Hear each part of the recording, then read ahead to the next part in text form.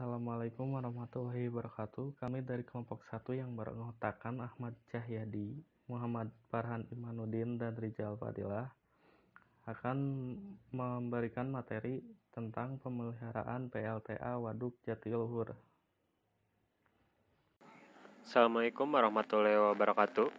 Baik, di sini saya akan menjelaskan pendahuluan latar belakang.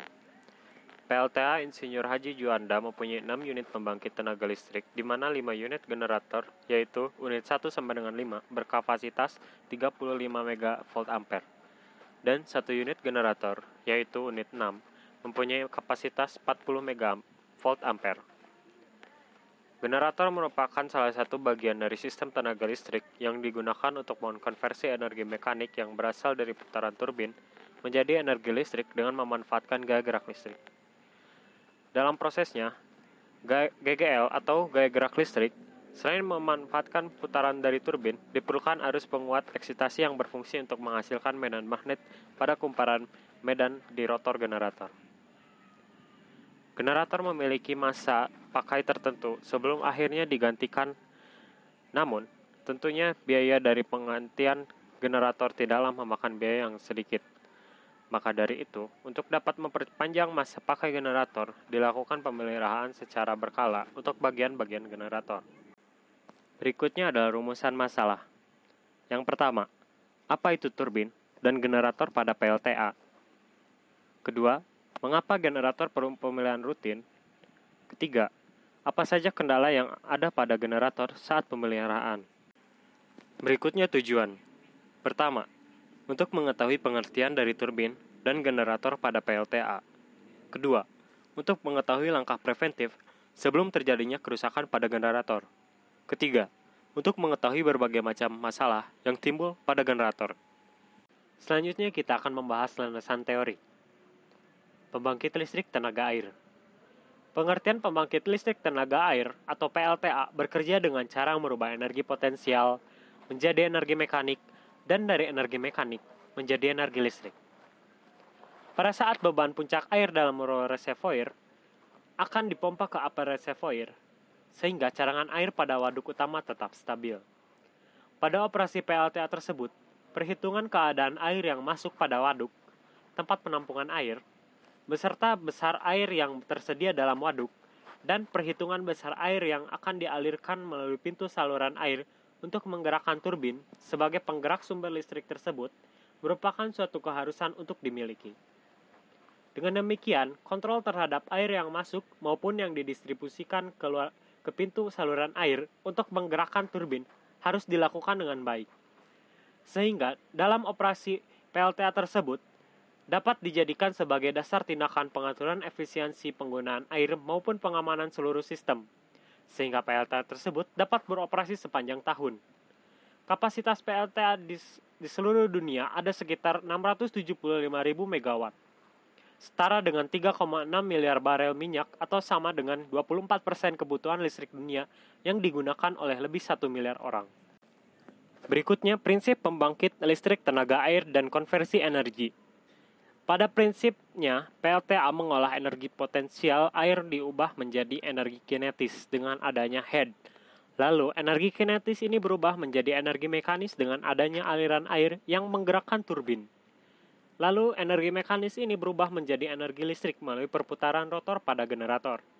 Jumlah energi listrik yang bisa dibangkitkan dengan sumber daya air tergantung pada dua hal, yaitu jarak tinggi air atau head, dan beberapa besar jumlah air yang mengalir atau debit, seperti yang gambar di samping. Berikutnya turbin PLTA. Turbin air merupakan mesin yang berputar diakibatkan oleh energi kinetik dan potensial dari aliran fluida. Fluida yang bergerak menjadikan blade pada turbin berputar dan menghasilkan energi untuk menggerakkan rotor. Perbedaan dasar antara turbin air awal dengan kincir air terletak pada komponen. Komponen pada turbin lebih optimal dan dapat memanfaatkan air dengan putaran lebih cepat, serta dapat memanfaatkan head yang lebih tinggi. Komponen kincir lebih sederhana dengan biaya peralatan dan perawatan yang lebih murah. Turbin berfungsi untuk mengubah energi potensial dan kinetik menjadi energi mekanik. Gaya jatuh air yang mendorong baling-baling menyebabkan turbin berputar. Komponen-komponen utama pada turbin air terdiri dari rotor dan stator. Rotor merupakan bagian yang berputar pada sistem turbin air. Stator merupakan bagian yang diam pada turbin air. Berikutnya bagian rotor dan stator pada turbin PLTA. A. Bagian rotor. Yang pertama, sudut pengarah berfungsi untuk mengontrol kapasitas aliran masuk turbin. Yang kedua, poros berfungsi untuk meneruskan aliran tenaga yang berupa gerak putar yang dihasilkan oleh sudut. Yang ketiga, bantalan berfungsi sebagai perapat-perapat komponen-komponen dengan tujuan agar tidak mengalami kebocoran pada sistem. Keempat, runner berfungsi untuk merubah energi potensial fluida menjadi energi mekanik. B. Bagian stator.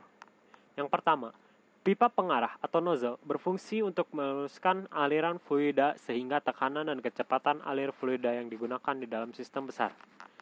Yang kedua, rumah turbin berfungsi sebagai rumah kedudukan komponen-komponen dari turbin. Generator. Generator adalah sebuah mesin yang dapat mengubah energi gerak atau mekanik menjadi energi listrik atau elektrik. Energi yang menggerakkan generator sendiri sumbernya bermacam-macam. Pada pembangkit listrik tenaga angin, misalnya, generator bergerak karena adanya kincir yang berputar karena angin. Demikian pula pada pembangkit listrik tenaga air yang memanfaatkan energi gerak dari air. Sedangkan pada pembangkit listrik, gerak dari generator didapatkan dari proses pembakaran bahan bakar diesel. Cara kerja dan fungsi generator. Cara kerja. Prinsip kerja atau cara kerja generator listrik adalah berdasarkan hukum Faraday, yakni apabila suatu penghantar diputarkan di dalam sebuah medan magnet sehingga memotong garis-garis gaya magnet, maka pada ujung penghantar tersebut akan timbul GGL yang mempunyai satuan volt. Terus fungsinya yaitu generator berfungsi untuk menghasilkan listrik dengan cara mengubah gerak menjadi energi listrik sehingga bisa digunakan untuk berbagai macam keperluan. Pemeliharaan generator. Tujuan pemeliharaan generator adalah untuk mencegah terjadinya gangguan pada saat unit beroperasi sehingga tidak mengakibatkan kerusakan yang lebih besar atau fatal. Dan peralatan tersebut mempunyai masa pakai yang lebih lama, menghasilkan unjuk kerja yang lebih baik, serta tingkat keselamatan lebih terjamin. Seperti yang telah diketahui bahwa pelaksanaan pemeliharaan terdapat beberapa klasifikasi, di antaranya pemeliharaan yang biasa dilakukan secara rutin adalah pemeliharaan jenis preventif. Pada umumnya pemeliharaan komponen generator di unit pembangkit dilakukan dalam dua kategori, yaitu pemeliharaan yang bersifat rutin. 2. Pemeliharaan yang bersifat periodik.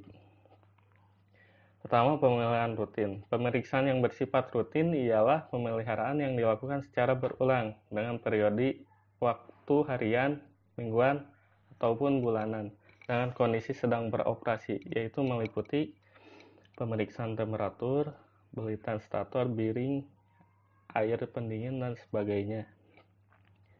Bisa langsung dibaca pada slide yang tampil berikut.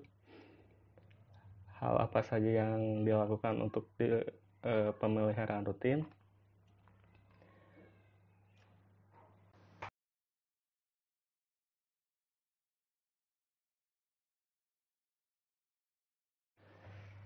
Ada beberapa hal yang perlu diperhatikan dalam pelaksanaan penggantian pada kondisi beroperasi. Daftar hal yang dapat dilakukan dapat dibaca pada slide berikut. Pemeriksaan yang bersifat periodik ialah pemeriksaan yang dilakukan berdasarkan lama operasi dari generator, yang dapat diklasifikasikan menjadi 3 bagian, yaitu 1. Pemeriksaan sederhana setiap 8.000 jam sekali, 2. Pemeriksaan sedang setiap 16.000 jam sekali, yang ketiga pemeriksaan serius setiap 32.000 jam sekali. Pemeriksaan periodik, kegiatan yang dilakukan meliputi pembongkaran, pemeriksaan, dan pengujian. Kegiatan pemeriksaan tersebut tidak harus semua komponen dilakukan sama, melainkan tergantung dari klasifikasi pemeriksaan periodiknya. Pemeriksaan sederhana dan sedang, komponen yang diperiksa tidak seluruhnya melainkan sebagian saja, tetapi pemeriksaan serius, kegiatan-kegiatan seperti tersebut di atas dilakukan secara menyeluruh terhadap kegiatan generator dan alat bantunya. Adapun jenis-jenis kegiatan yang dilakukan dalam pemeriksaan serius meliputi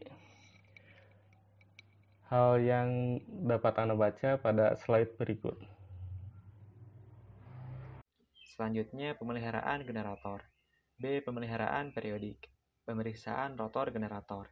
Hal-hal yang perlu diperiksa bagian rotor generator meliputi yang pertama, periksa kebersihan dan perubahan bentuk kumparan, serta kerusakan dan penggeseran dari blok isolasinya. Kedua, periksa kekendoran beban penyeimbang. Ketiga, cek ujung komponen di bawah cincin penahan. Keempat, periksa kelonggaran rakitan penghantar radial. Kelima, periksa komponen-komponen rotor, seperti cincin penahan, pasok blower, dan jurnal poros. Komponen tersebut disarankan diperiksa dengan ultrasonic test atau dye penetration test untuk mengetahui keretakan material-material tersebut.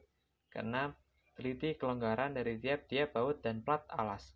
Ketujuh, kerusakan dan keausan dari jurnal rotor dan kopling diteliti. Pasak-pasak rotor dan beban penyeimbang diperiksa kelonggarannya. Kedelapan, perapat, penekan, dan cincin perapat harus diperiksa celahnya. Kerusakan perubahan bentuk, cincin perapat harus diperiksa kelancaran geraknya. Kesembilan, tiap labirin harus diperiksa kerusakannya dan keadaan celahnya. Kesepuluh, periksa keausan bahan bantalan. Kesebelas, ukur tahanan isolasi kumparan. Selanjutnya, pemeriksaan stator generator. Hal-hal yang perlu diperiksa bagian stator generator meliputi yang pertama, bulitan stator diperiksa tentang kemungkinan terjadinya kontaminasi, kerusakan, retak, pemanasan lebih, dan keausan. Kedua, pasak stator diperiksa kemungkinan terjadinya penggeseran kedudukan dari ujung pasak dan pengganjal di bawah pasak, serta kelonggaran dari pasak-pasak kumparan stator. Ketiga, penyangga ujung kumparan diperiksa, khususnya kelonggaran dari baut pengikatnya. Keempat, jarak isolasi diperiksa kemungkinan merapatnya jarak isolasi, kelonggaran dan keausan dari kain polyester, segmen penyangga kumparan, tali pengikat, dan penahan ujung kumparan.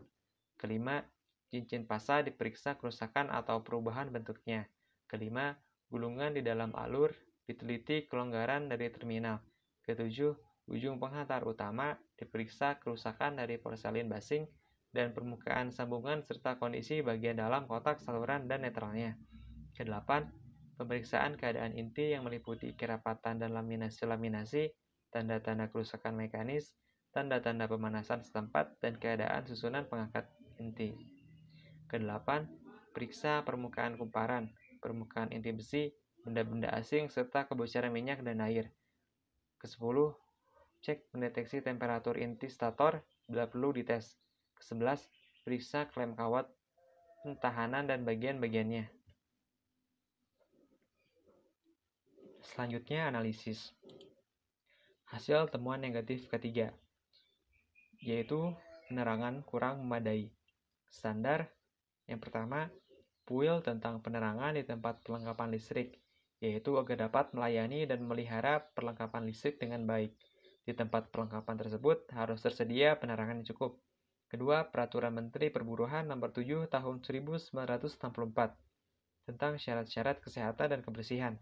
Ketiga, Peraturan Menteri ESDM Nomor 13 Tahun 2012, ruang kerja 12 watt per meter persegi dengan tingkat pencahayaan paling rendah 350 lux.